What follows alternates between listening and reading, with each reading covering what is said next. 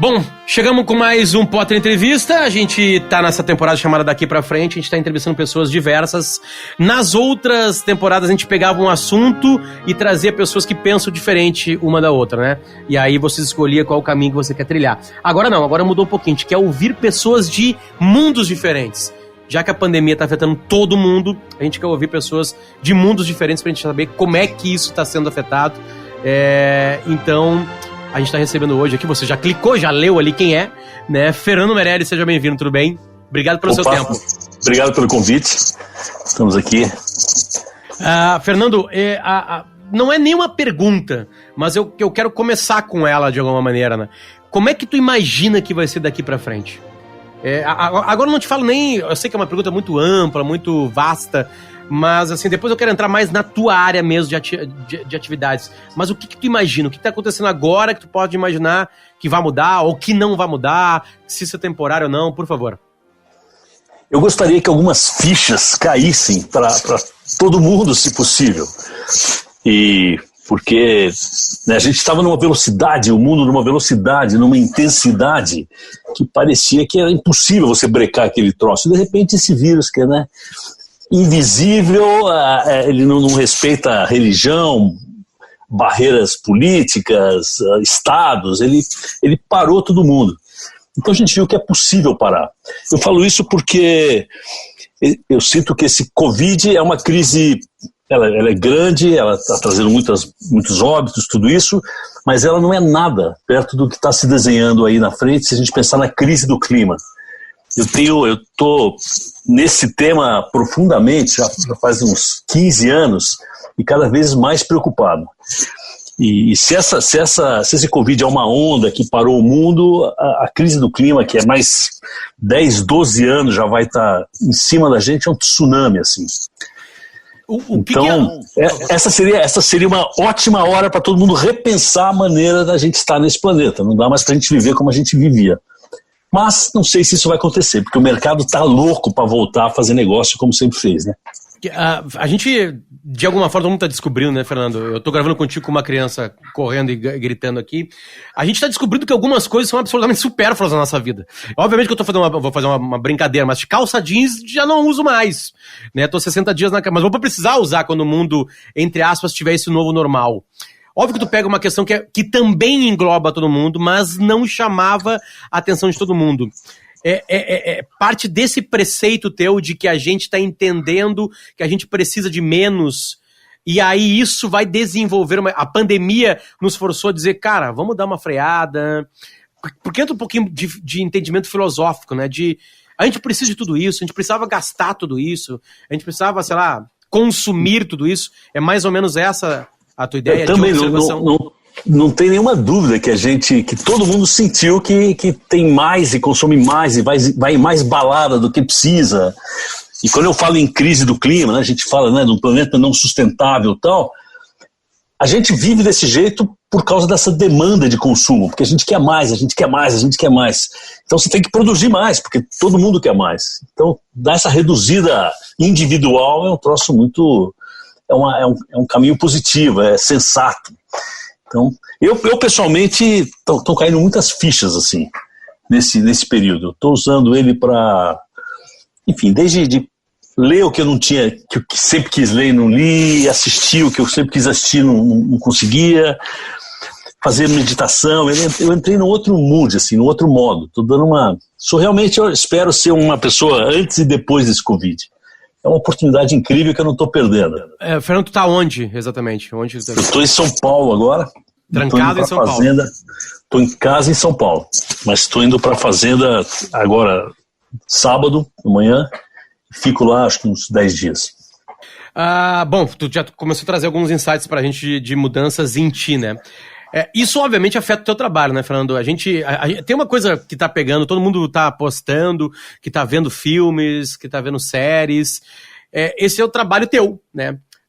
Porque pessoas como tu antes, e junto com todos os seus amigos, gravaram essas séries, esses filmes, esses produtos de entretenimento. As pessoas agora, quando se fecharam, estão consumindo mais, aumentando mais. Mas, ao mesmo tempo, vocês não estão podendo gravar.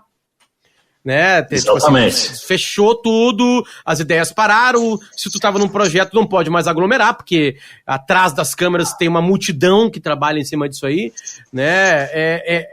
O que vai ficar, e pensando imediatamente no diretor Fernando Meirelles, o que vai ficar da pandemia, pós-pandemia, para os teus futuros trabalhos? O que fica em ti que tu quer que continue, né? Que seja uma parte boa, assim? Bom, para mim essa parada foi o timing perfeito, porque eu acabei de lançar o filme, aquele Dois Papas, que a gente terminou ele agora comecei em janeiro, fevereiro, foi para o Oscar e tal, e aí eu comecei um próximo projeto para Netflix também, que por acaso é um projeto sobre crise do clima, estou obcecado com esse tema, então eu estava nesse momento, tirei 4, 5 meses para escrever o projeto. Então, o meu plano era tentar ficar em casa, trabalhar com o Braulio Mantovani, o roteirista. Então, pessoalmente, não me afetou muito, porque o que eu tinha programado para fazer no começo de 2020 é o que eu estou fazendo. Eu ia viajar agora, em maio eu deveria ter ido para Nigéria, e para Bangladesh e para Sibéria, que são locações onde o filme acontece. E não pude. Mas fora isso, eu estou tocando a vida assim. Agora, eu tenho uma produtora, que é uma produtora grande. A gente estava rodando 3 séries, uma para Netflix, uma para Globo e uma para Amazon, e tivemos que parar. Paramos os atores no estúdio, com o cenário montado, e estava no meio, rodando as 3. E a gente tem mais 5 séries, tinha 8 séries esse ano, tem mais 5 séries para fazer esse ano, e agora tudo parou. Então a produtora, antes do Brasil parar, estava com 600, 700 pessoas trabalhando, no dia seguinte não tinha ninguém. Então isso trouxe um monte de problema, como é que a gente vai acertar com todo mundo, como é que... Não foi fácil, mas estamos nos equacionando. Tem muito dinheiro que circula nesse mundo, né, Fernando? Pra gente entender, assim, quem patrocina um projeto desse?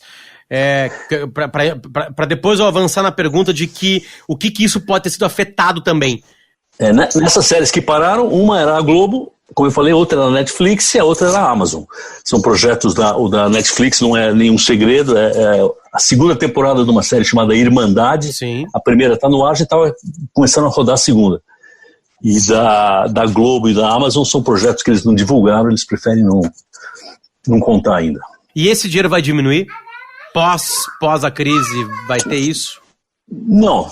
Nesses projetos, o que eles fizeram, eles pagaram esses donos dos projetos, pagaram a equipe por 1 ou 2 meses, cada um fez um tipo de acerto, para a equipe também não ir para casa totalmente desempregada, eles deram um suporte. E o plano é a gente voltar a fazer pré-produção em julho e ver se a gente consegue rodar em meados de agosto. Mas a gente não sabe, então a gente está fazendo todo o planejamento para isso, já avisando as pessoas quando começar a voltar, mas estou sentindo que essa parada pode se estender, né? E tu chega e cita para mim Nigéria, Bangladesh, Sibéria, são 3 universos completamente diferentes. A Covid-19 está agindo de maneiras diferentes também, né? Cada região, às vezes não. A gente fala Itália, mas é o norte da Itália mais afetado. Então também isso. Mas essas minhas viagens desse meu projeto, essas. Eram outras coisas. Você não pus nem mais no cronograma. Isso eu vou esperar mesmo, porque viagem internacional, eu não sei. Agora, essas do Brasil, a gente gostaria de poder voltar em agosto. Algumas séries, por exemplo, o Irmandade, a gente está falando que é uma série que tinha muitas cenas com muita gente, muita figuração, tentar fazer ela menor. Quer dizer, tirar cenas muito grandes, fazer uma série mais em estúdio. No estúdio você consegue controlar. A gente achou agora estamos vendo essa semana, um equipamento que consiste num túnel. Todo mundo que vai entrar no set passa por esse túnel e ele te pulveriza um negócio lá. Tem alguns sistemas desses. Então, equipamento, gente. Então, a gente testaria as pessoas febre e tal todos os dias. E antes de entrar no estúdio, você passa por esse negócio. É um pouco que nem uma sala cirúrgica. E o estúdio vira um lugar aparentemente controlado, assim. Então, estamos estudando um jeito de conseguir voltar a filmar em estúdio com todas essas precauções e tal, em agosto. Tem algum momento desse período já, eu não sei se tu também tá parado, eu meço muito pelo meu período parado, né? O meu período parado é o momento que eu vim pra casa trabalhar, que faz 65 dias.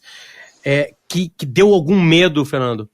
Algum medo de futuro do que tu ama fazer, de não conseguir mais fazer? Teve dias ruins, assim, de pensar, aparentemente talvez isso aqui eu não consiga mais fazer? Chegou a dar medo isso?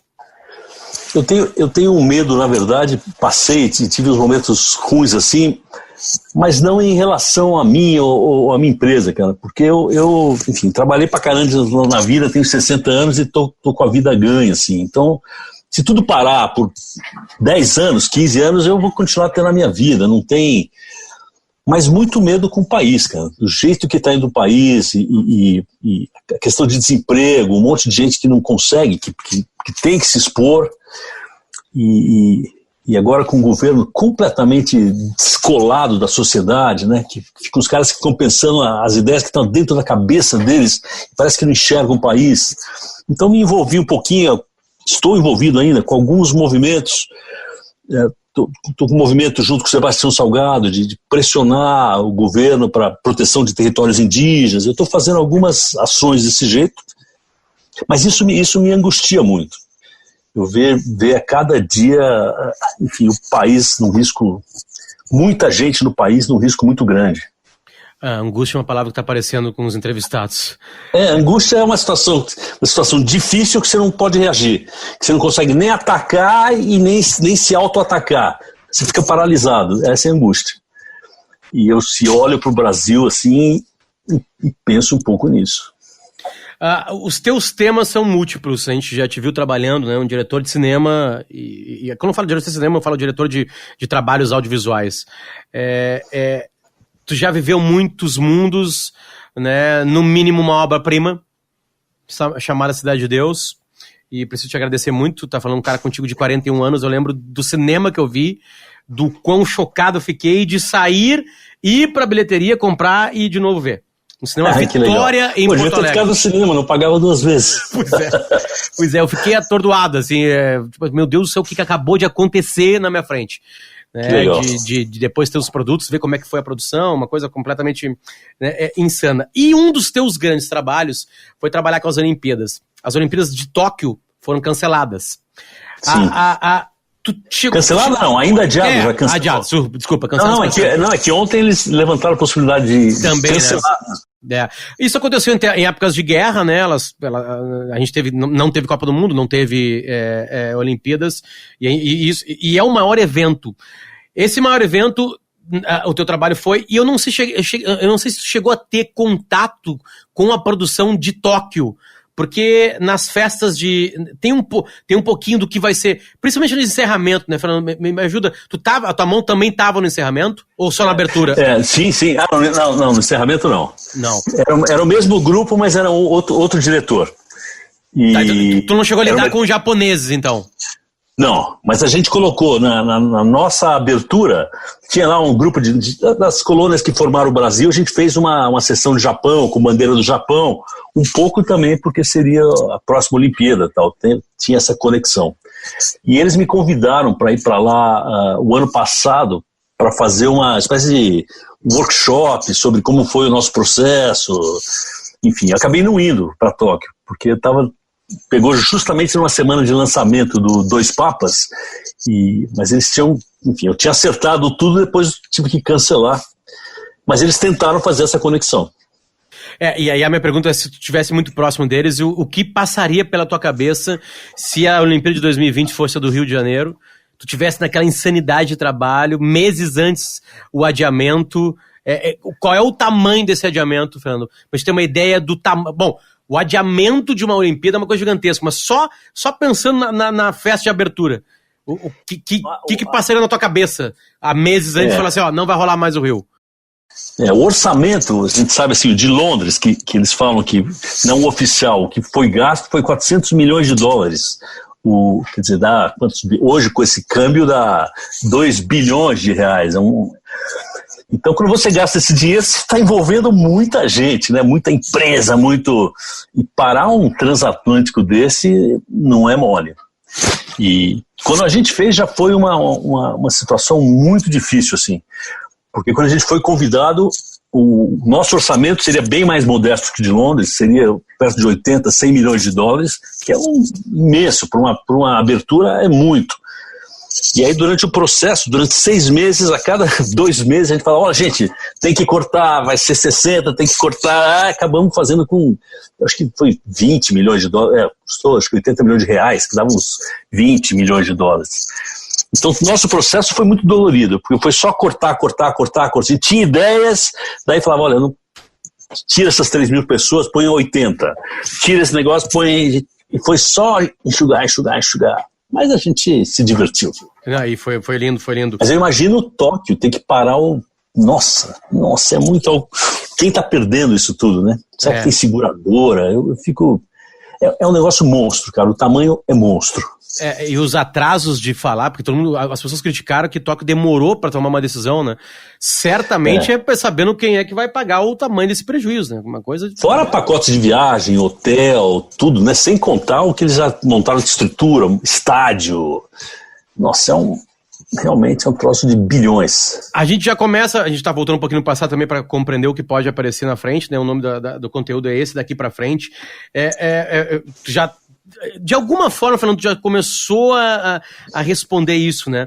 Mas, assim, essa tua angústia, ela pode ser transformada em força de trabalho? É assim que tu desconta essa angústia? Eu conversei ontem com um escritor chamado Francisco Raso, e ele falou que a gente tá vivendo uma tempestade, depois a gente vai ver os destroços da tempestade, e que é uma coisa meio incrível, que depois, no meio dos destroços, a gente caminhando um pouquinho, assim, vai entrar, se fosse uma cena de um filme, entra um sol, né, e parece que dá uma esperança, vem uma esperança mesmo, porque o ser humano é mais ou menos assim, no destroço da Segunda Guerra Mundial, quem tava lá tirando literalmente as pedras dos prédios, daqui a pouco, não, mas vamos lá, vamos reconstruir.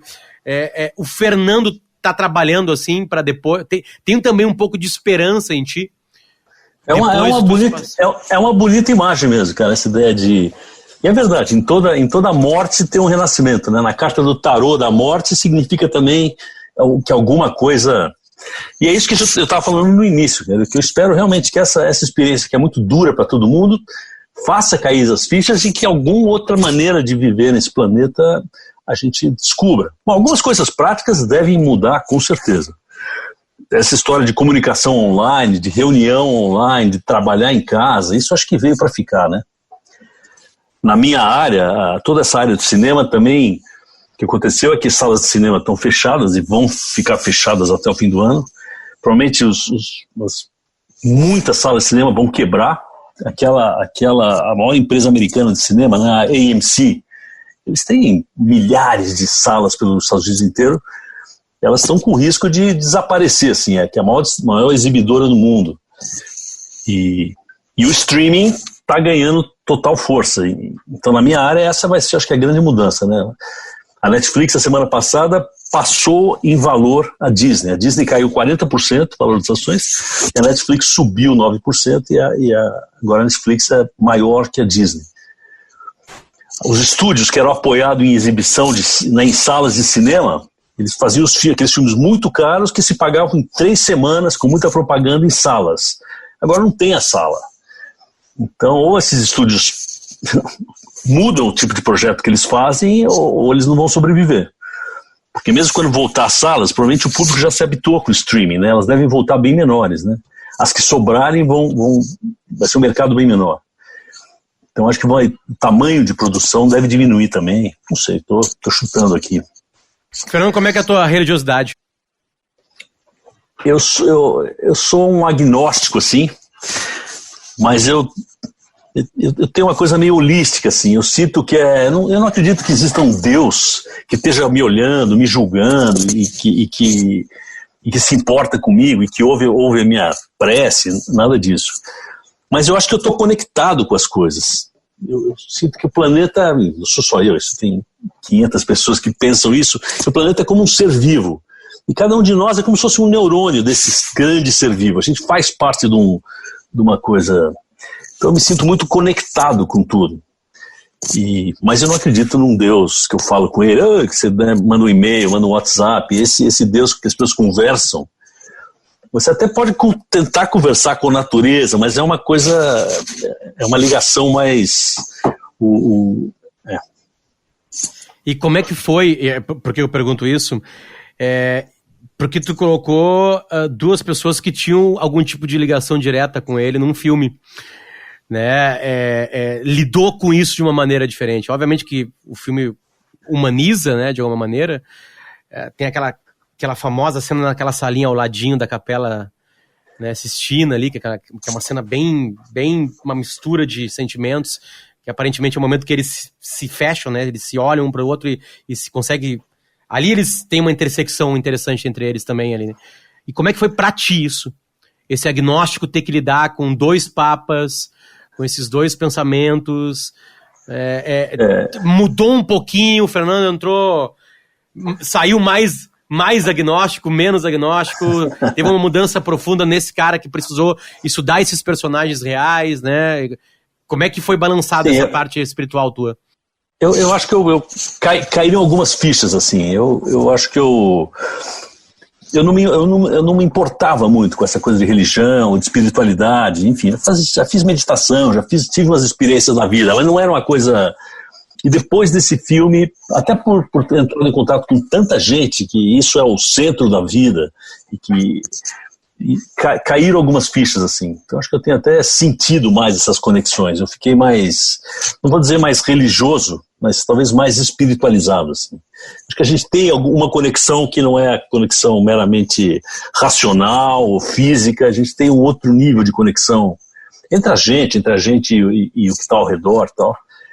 Eu não olhava muito para isso. Agora eu estou mais atento, acho que eu estou mais conectado com seja lá o que existe além da minha mente e do meu corpo. A proximidade te deu isso aí. É isso. De olhar. Eu lembro de uma experiência que eu tive. Eu estava filmando na Argentina, uma cena onde o Papa era um moleque, ele ia casar, um dia ele entra na igreja e tem um chamado, assim, parece que Deus foi lá e tirou ele e falou, não, você vai ter essa missão. Enfim, o dia que a gente foi rodar essa cena, era numa igreja em Buenos Aires, onde o Papa teve a gente filmou na mesma igreja e no mesmo confessionário onde o Papa teve o chamado dele. Enquanto a equipe estava ali arrumando luz, equipamento, essa coisa, eu fiquei dando uma volta na igreja, e a igreja tem várias capelinhas. Aí eu entrei numa capelinha e tinha um moleque lá de uns 15 anos, ajoelhado, sozinho, cara. Tava a equipe trabalhando e esqueceram o moleque lá. E o moleque ajoelhado rezando, mas estava tão profundo o negócio dele ali, eu fiquei olhando aquele moleque e fiquei com uma certa inveja. Falei, que esse garoto tá... Ele não está aqui para mostrar para ninguém, porque não tem ninguém, está vazia a igreja. Ele realmente está conectado com alguma coisa. E eu olhei, e ele com aquela inveja boa, assim, puxa, ele tem um software que conecta ele que eu não tenho. Que nem o seu aparelhinho aí que põe no ar o programa. Ele tem esse troço, e eu não tenho. E aquilo lá me tive uma pequena epifania, assim, falando, não existe essa conexão. Esse moleque, ele é muito jovem, ele tá ligado a um troço. E aí eu fiquei, isso me deu uma despertada, assim, por que eu não tenho esse software? Onde arruma? E, sério, a partir daí eu comecei a ler o roteiro de forma diferente. A cena que eu estava fazendo era sobre isso, era o Bergoglio jovem que de uma hora cai um troço, ele tem a percepção e se conecta. Então esse momento especialmente me deu uma transformada, assim, na minha percepção.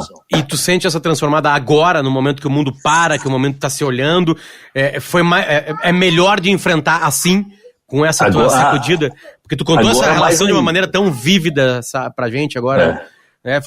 Foi tão firme isso na tua memória, assim, grudou tanto. Agora tá mais ainda, cara, porque agora eu aproveitei essa parada. Eu fiz meditação um tempo, quando eu era moleque, depois parei. Então aproveitei essa parada aqui e voltei toda manhã e toda antes de dormir eu dou uma parada de meia hora e enfim, faço e tá sendo muito transformador, cara. Parece que quando você esvazia a cabeça, você abre espaço para entrar outras ideias, sabe? E a cabeça da gente é muito poluída, com muito pensamento que atravessa o tempo inteiro. Você passa o dia ocupado com muito pensamento, todo tipo de pensamento, de sentimentos que às vezes não são bons. E a cabeça da gente é muito cheia de coisas, né? Então esse exercício não é uma coisa religiosa, mas só de você parar e tentar esvaziar. Cara, a hora que você esvazia, você faz conexões que você não fazia porque tinha muito barulho. Então isso tem sido uma experiência quando eu falei que para mim tem sido transformador, talvez seja porque eu tô ouvindo lá, sei lá, 1 hora de silêncio por dia. Está sendo muito rico para mim. É incrível, né? O que eu estou fazendo, que eu estou gostando mais é não fazer nada. É falar, agora eu vou apagar, não vou pensar em nada, não vou ficar aqui. Funciona, cara. Eu recomendo. É transformador. É uma coisa interessante porque esse podcast, assim, eu criei pra não atrapalhar o entrevistado. Era uma promessa minha, pra mim mesmo. Olha, cara, ouve as pessoas. Né? Porque os temas antes era Bolsonaro versus Haddad, aí o Bolsonaro ganhou, Bolsonaro e agora? Depois, o que afinal são esquerda e direita? E aí eu ouvia pessoas de todos os espectros possíveis pra ter isso. E aí, Fernando, é o trabalho que eu menos falo. Eu vivo de falar, porque eu trabalho em rádios. Eu preciso falar. E no produto que eu menos falo, foi o produto que eu mais recebi elogios. Ou seja, o cara que ganha dinheiro pra falar, na hora que eu calei a minha boca, as pessoas começaram a elogiar. Eu tipo assim, bom, então eu tô perdido, né? Eu tô ferrado, eu tô fudido. Né? Alguma coisa vai acontecer. Se eu tô calando a minha boca, daqui a pouco a empresa vai olhar, cara, brigadão, valeu, fica só ouvindo as pessoas lá, sabe? Silêncio vale ouro, cara. Você já fez terapia? Você tem os terapeutas que você faz, você entra lá, senta no divã, o cara te dá bom dia. E aí você deixa lá R$600 no caixa. Silêncio vale ouro. Isso muda tudo. De todos os filmes, bom, tá, óbvio, a gente tava numa levada mais espiritual e a pergunta foi em cima disso aí. Mas imagino que depois de Ensaio sobre a Cegueira também a tua percepção de mundo muda, a Cidade de Deus, a mesma coisa, ou esse, por ser mais recente, foi o projeto que mais te bagunçou? Que mais te mudou de alguma maneira? Não. Todos, acho que não só os filmes, mas tudo que todo mundo faz na vida transforma, né? O cinema tem uma vantagem, que talvez por isso eu gosto dessa profissão, que quando você vai fazer um filme, você é obrigado a mergulhar num mundo que não é o seu mundo. Então é como você viver outras vidas, assim. Eu jamais teria uma experiência tão intensa numa favela, numa comunidade do Rio, como eu fui obrigado a ter em Cidade de Deus, ou quando eu fui para a África fazer o jardineiro, ou quando agora, né, passar. Imagina, não tem nada a ver com o Vaticano. Né? Eu sou obrigado a entrar naquele mundo, ler. Então, isso tudo é transformador. Mas mesmo uma pessoa que não tem uma profissão que permita você, o que te obriga a sair do seu mundo, você tem que estar aberto para ser transformado, né? Então, claro que cada filme que eu faço me transforma muito. Sim, mas tu conseguia definir o que sobrou depois de um tempo, assim? Tipo assim, depois Cidade de Deus, isso. Depois de Janeiro, isso. Depois o Ensaio, isso. Tu consegue definir, desenhar mais ou menos o que ficou de cada um em ti, que te sacudiu tudo, pra montar o Fernando de hoje, no dia que a gente tá gravando, 22 de maio de 2020? Eu acho que a questão da desigualdade social, esses primeiros filmes foi a questão que me mobilizava, e cada vez que eu entrava em contato com um troço desse, essa sensação e esse desconforto com desigualdade era maior ainda. O primeiro filme que eu fiz chamava Domésticas, que é um filme sobre isso, é um filme sobre empregadas em casa, essa relação dessas pessoas que moram dentro da sua casa, mexem na sua gaveta, mas não fazem parte da sua vida, né? Tem uma parede que separa você.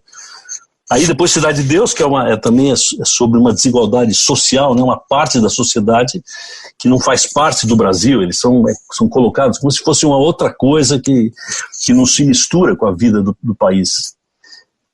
E aí o Jardineiro Fiel é a mesma coisa também, é um continente que é usado como cobaia pelo mundo civilizado. É uma desigualdade social no nível planetário, assim. Então esse acho que foi meu tema por muito tempo. Aí comecei a ter contato com a coisa da crise ambiental, crise do clima, e essa atualmente é meu novo tema, assim, que me aflige, minha sensação é que não tem muita saída, nós vamos sofrer e muito. Então esse Covid é bom, é uma espécie de um ensaio. Uma espécie de um ensaio. Bateu um medo em ti da Covid-19 em algum momento? Aí, especificamente mesmo, a gente falou de medo e angústia, mas chegou a bater um medo da doença, dela em si? Não tive medo de eu ficar... Mas eu tô fazendo tudo direitinho, assim. Eu saio muito pouco, vou ao supermercado às vezes, uso máscara, lavo a mão, tô fazendo... E também eu tô na faixa dos 60 também, então eu sou um candidato. Mas eu não tenho nenhuma daquelas comorbidades, né, que chamam. Então, aí eu sou um cara, não sei se isso tem a ver com Covid, mas é muito difícil eu ficar doente, então eu meio que confio um pouquinho Confio porque eu quero confiar, né? Mas porque eu tenho essa confiança, pode ser que eu pegue e morra em uma semana, e aí você dá uma reprise nesse programa. Mas, enfim, como eu tenho essa confiança, eu não fico ansioso. Eu faço o que tem que ser feito e pronto. Fernando, tenho pais mais velhos, encontro eles, enfim. Eles também estão tomando cuidado, não tô desesperado não, tô só tomando cuidado. Para encaminhar, para fechar, e voltar à pergunta inicial, e focando completamente na tua área, o que vai ser o teu negócio daqui para frente? O que tu imagina, óbvio, que vai ser o teu negócio daqui para frente, esse negócio que tu trabalha, que tu pensa diariamente nele, o que vai ser depois dessa pandemia?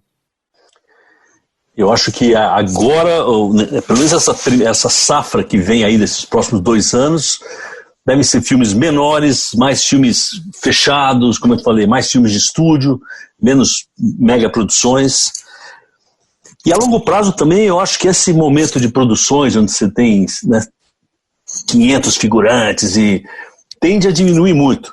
Porque quem pagava por isso eram as salas, o streaming. A Netflix não tem, até tem dinheiro, mas não paga por esse tipo de produção. Então talvez mude um pouco o tipo de filmes que faziam muito sucesso. E, por outro lado, a coisa do streaming é muito legal, né, de você, do streaming começar a ditar as cartas, porque pelo streaming você pode fazer filmes muito mais radicais, tem espaço para filme de arte, tem uma sala de cinema, você precisa encher ela todos os dias para pagar um filme. E Netflix não, a Netflix, assim, pessoas que gostam de filmes, sei lá, LGBT. No cinema, se eu for pensar em cinema em São Paulo, eu tenho um público lá de 50 mil pessoas. Na Netflix eu tenho um público de 250 milhões de pessoas no mundo. Então os nichos da Netflix são muito grandes. Então você pode fazer filmes de arte, ou filmes muito específicos, sobre temas muito específicos, que nunca dariam certo em sala de cinema. E em streaming pode dar. Então acho que a gente tem com essa força que o streaming está ganhando, a gente tem a possibilidade de ver uma diversidade de filmes e de histórias maior do que a gente tinha antes. Então, o cinema vai ganhar. Vamos fazer melhores filmes, eu acho. Vamos ver melhores filmes, como já estamos vendo melhores séries. No filme, talvez, a sequência não seja pensada quando tá fazendo. 2 Papas 2. Seria até ruim de chamar. 2 Papas 2 seria um problema. Mas, assim, nas séries a gente vê que, como o streaming também tem completa noção de quantos segundos cada ser humano gastou, né? Aquilo. A gente viu que algumas séries foram canceladas. Estava programado 3 temporadas, porque o público também não viu. Também não aumenta um apego à audiência. Bom, sempre precisou de audiência, né? Pra um não, mas eles podem investir em filmes de nicho, que o cinema não pode, cara. Eles são muito... esse filme que eu fiz, esses 2 Papas, um filme sobre 2 velhos conversando sobre religião. Os caras puseram $40 milhões num filme desse. Jamais um estúdio de cinema poderia. Porque ele fala, não, isso é um filme para quem gosta de religião, quem gosta do Vaticano. Mas o streaming, como eu falei, esse nicho católico é muito grande dentro da Netflix, os caras podem... Esse filme jamais seria feito em outro lugar. Roma, que ganhou o Oscar o ano passado, sim, jamais seria feito no esquema normal. É o streaming que pode fazer. E tu teve acesso a todos os números? Essa caixa preta é pra gente, como consumidor. Não, o diretor, pra mim também. Pra ti também. Mim também. Eles só falaram que foi muito bem, a gente acompanhava, tá em alguns lugares acima da curva, eles só dão o máximo que falaram assim, não, foi muito bem, estamos muito satisfeitos. Bom, tanto é que me chamaram para fazer um outro filme, então não foi um desastre, mas eles não falam. Qual é o crime? Qual é o crime em esconder isso? Eu digo assim, qual é a razão de não te contar quantas pessoas viram o teu filme? Eles não contam porque eles não contam para ninguém, né? Eu acho que eles não querem contar para os concorrentes, né? Os filmes que deram certo, o que está vendendo, o que não está vendendo. Agora, para mim, como diretor, eu acho muito bom, cara. Porque quando você faz um filme para o estúdio, você tem aquela pressão de você tem que faturar no primeiro fim de semana, tem que dar tanto, aí você vai olhar o box office, putz, eu estou abaixo, eu estou acima, tal. Aqui você não tem essa pressão de público. Não interessa quantas pessoas assistiram no primeiro fim de semana. Eles ficam muito focados, pelo menos a minha relação com eles, muito focados no produto, em fazer um filme bom, em montar direito, em o filme funcionar. Depois, se deu certo ou não deu certo, essa pressão não é minha, essa pressão é com eles lá, entendeu? Com marketing, não chega no diretor. No filme de estúdio, ou no filme que eu faço aqui no O2, na produtora, eu tenho a pressão de que eu tenho que faturar porque eu tenho que pagar. Com a Netflix, não, eu só tenho que fazer um filme bom. É muito mais gostoso, cara, mais confortável. Perfeito. Cidade de Deus ganharia o Oscar, né? Se fosse... Cidade de Deus ganharia o Oscar se concorresse naquele primeiro ano. Cidade de Deus ganharia o Oscar se concorresse naquele primeiro ano, né? Que foi pro Oscar no outro ano, por causa do lançamento nos Estados Unidos, né? Concorreu no Oscar no ano em que o Senhor dos Anéis ganhou 12 estatuetas. Eles fizeram barba, cabelo e bigode. A hora que começou lá, eu falei, não tem, os caras vão atropelar e atropelar. Porque por 3 anos o Senhor dos Anéis já estava sendo nomeado e não tinha ganhado, eles nunca tinham ganho um prêmio aqui, outro lá. Aí no último ano as pessoas reconheceram o trabalho do cara, falaram, não, meu filho, você marcou a história do cinema, é seu, entregaram e justo. Bom, que o Oscar mude as regras sobre streaming também, senão eles vão ficar sem já mudaram, já mudaram. Esse próximo vai poder, filmes lançados em streaming vão poder concorrer. Não precisa ter lançamento em cinema. Não é obrigatório de uma sala de cinema, né? Não mais. Fernando, um prazer sempre te ouvir. Muito obrigado pelo carinho, pelo teu tempo. Né? Não, obrigado pelo convite. Boa sorte aí. Obrigado mesmo, de verdade. Valeu. E fique bem. Mais meditações, mais trabalhos e que as coisas se arranjem logo pra gente, né? Porque também ficar muito tempo em casa também essa angústia aumenta. Obrigado pelo carinho. Fica só então essa dica pros ouvintes aqui. Essa coisa do silêncio, da meditação é realmente legal. Tem muitos aplicativos que você pode baixar e te ajudar. É bem legal. Perfeito. Obrigado pelo carinho e pelo tempo. Até mais. Tchau.